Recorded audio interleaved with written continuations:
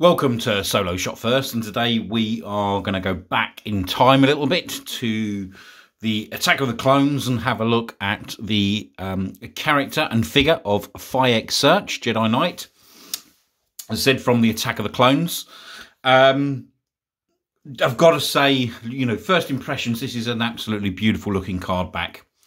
Really stunning. The image that they've used, obviously, for Sirch is taken straight, obviously, from the film, from the that battle on Geonosis.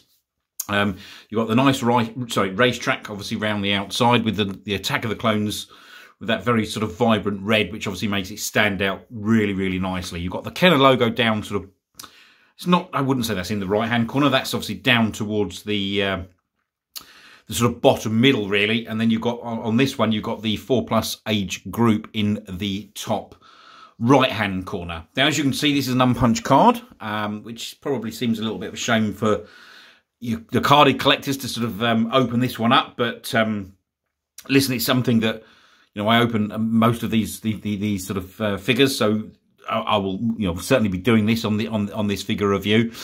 The actual name pill, obviously, with that dark blue, that's the only sort of criticism I would have with the front of this card, because obviously they've put the Sirch with the sort of quite a light black writing. It doesn't stand out quite as strikingly. However, the blue behind the figure does really make the figure stand out. And you've got to, even looking at the figure, certainly even in that bubble, it does look absolutely striking in terms of the way that obviously you know, they've got the lightsaber in the hand, obviously the hilt there in the top left, and the way that his robes are sort of all sort of tucked in, and they look, again, very similar to what you see there in that image from the Battle of Geonosis. Sort of quite weathered, quite worn, and exactly as a, you know, really you know, I suppose a Jedi would. So let's have a look at the back of the card itself. So this is VC49, and I've got to say the back of the card as well is very impressive. They've got this release here of Sirch, and obviously, or I should say, they're classing it as Nikto, which is actually the species that was done from 2002 to 2004. And the other, obviously, lovely part that you've got on the back of the card is you've got all of the other figures that were part of this particular wave.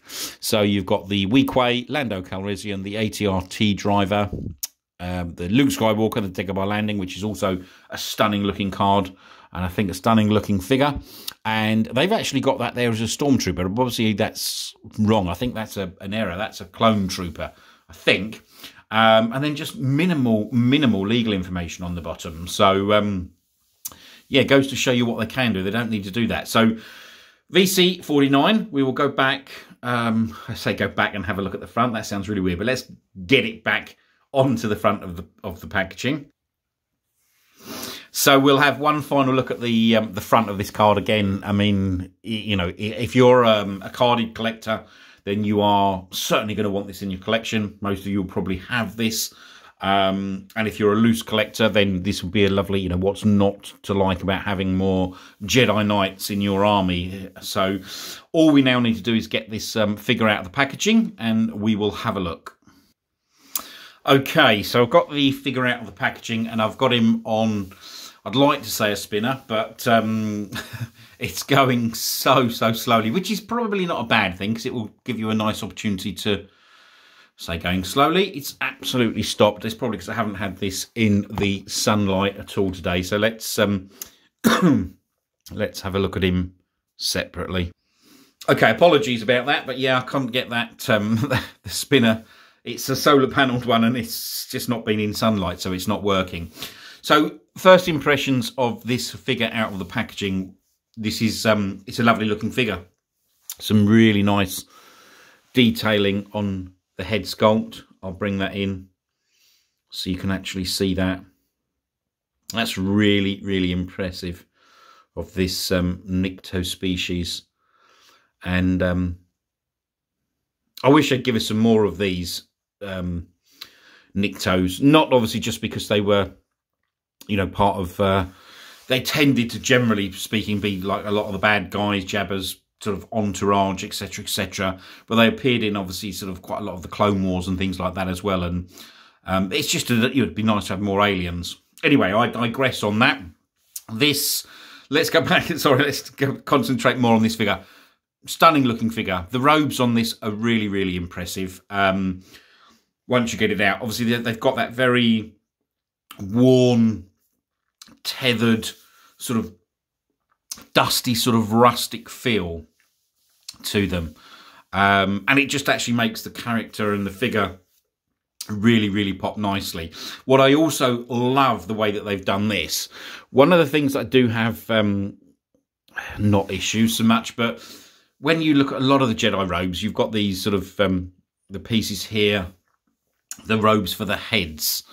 And when you tend to sort of pull them over, then they just are so big and gargantuan that you can't really either get them to sort of fit properly on the actual character themselves. So what they've done really nicely with this, they've actually sort of stitched it down. So yeah, you could probably unstitch that, and if you wanted to, then pull that over the head. But it's nice to see a Jedi, you know, without having that, you know, the sort of the robe sort of being so gargantuan over the head itself, and actually having it this way, certainly I think makes him look a little bit more imposing. And not just that, you know, when you've got these figures out, it's very difficult when those sort of the backs of of those robes aren't sort of taped down or aren't, you know, you're not able to get them correctly. They just don't sit right. So actually having that like that, I think, is a really, really nice way of doing this. So really, really stunning looking at this. Let's get him out of those robes, and we'll have a look at him without the robes on, and a little bit more about his articulation. Okay, so as you can see, whip those robes off, and he's got, again, lovely colouring here. You've got the nice brown boots. You've got that sort of cream, I suppose you could almost call them sort of cargo pants, if you want to call them that. This piece here is soft goods, and then the top part, and including this sort of front bit, is obviously, this is a little bit more of a mixture. It's a harder plastic, but then obviously the top part of the robes are obviously all that harder plastic. So it looks really, really nice. The light is sort of shining in probably a little bit now, so it's going to maybe have a little bit of a glare, but it doesn't have that. The figure does look quite striking without the robes on. In terms of just having a look from the back, not too much to sort of say other than, you know, look at the detailing again on the back of that head sculpt. Really nice. Really, really impressive. In terms of the articulation, obviously this being one of the older ones, yes, you've still got some really good articulation on this. So you've got articulation at the head, at the shoulders, at the elbows, and there is a swivel in the wrist. There is a swivel at the waist. There's not a great deal of articulation in the legs. Understandably, there's no butterfly hinge, so they just go up and down. But you do have articulation in the knees and in the ankles, but obviously no rockers, which you'd expect. I mean, if they re-release this figure or wanted to do an upgrade, the only thing that you would add to this, arguably, yes, you could put a hinge in the wrist, but not massively important with this. Yes, you'd probably want that butterfly hinge, and then obviously the articulation obviously in the feet with that rocker ankle.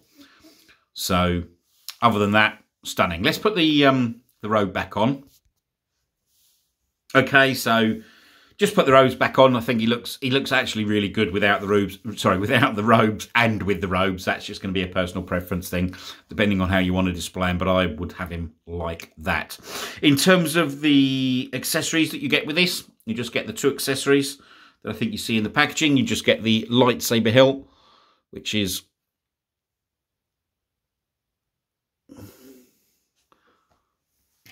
sorry, that's not, I've got a different one on the table there. Schoolboy error there. So you get the standard lightsaber hilt, which is just a plain silver. Apologies there. That was, I think, maybe I picked up the lightsaber that I had from somebody else. Never mind. Yeah, just quite plain silver. And then you get the lit lightsaber. That's fractionally bent, but again, you can straighten that out by just putting that in a little bit of boiling water. Probably a little bit of a shame that they don't have a little bit more detail on that lightsaber, on the hilt itself. But other than that, really, really striking figure. What's not to like about it? You know, a really great card back. You know, again, I've said it, if you're a carded collector, you're going to want that one, and you're probably going to have that in your collection. And for a loose collector, you're going to want more of these, certainly. Yeah, what's not to like about having Jedi?